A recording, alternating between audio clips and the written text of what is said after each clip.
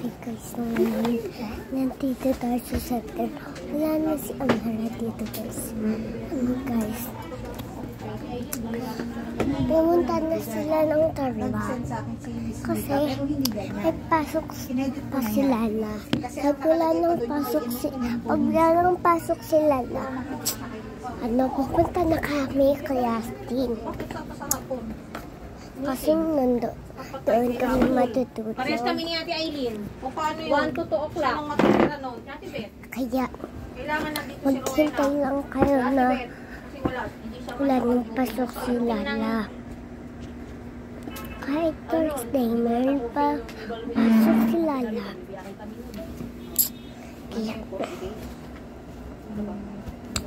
Kaya, good morning guys. Kakadyasin ko lang.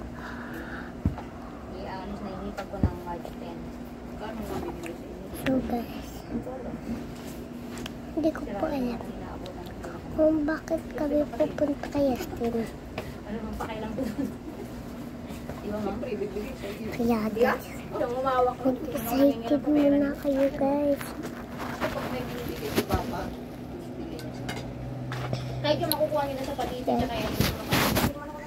Kaya guys, mamaya na yung linisin. Kaya po ayoko po mag-swimming.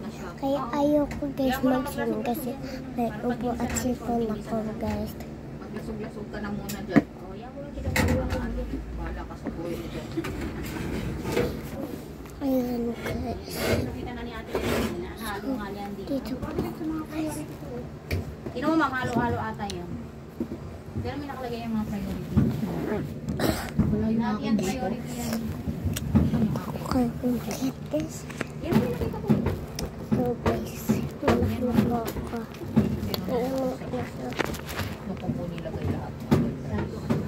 Malaki na po ako guys. Ton! Malaglag ka dyan, ako yung sa'yo. Bidang! Huwag ka magpa-disgrasya, bidang. Ay, naku.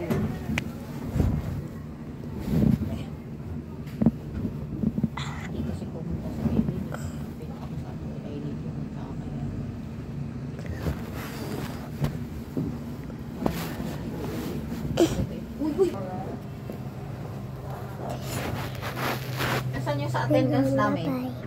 Patignan mo, chukaw.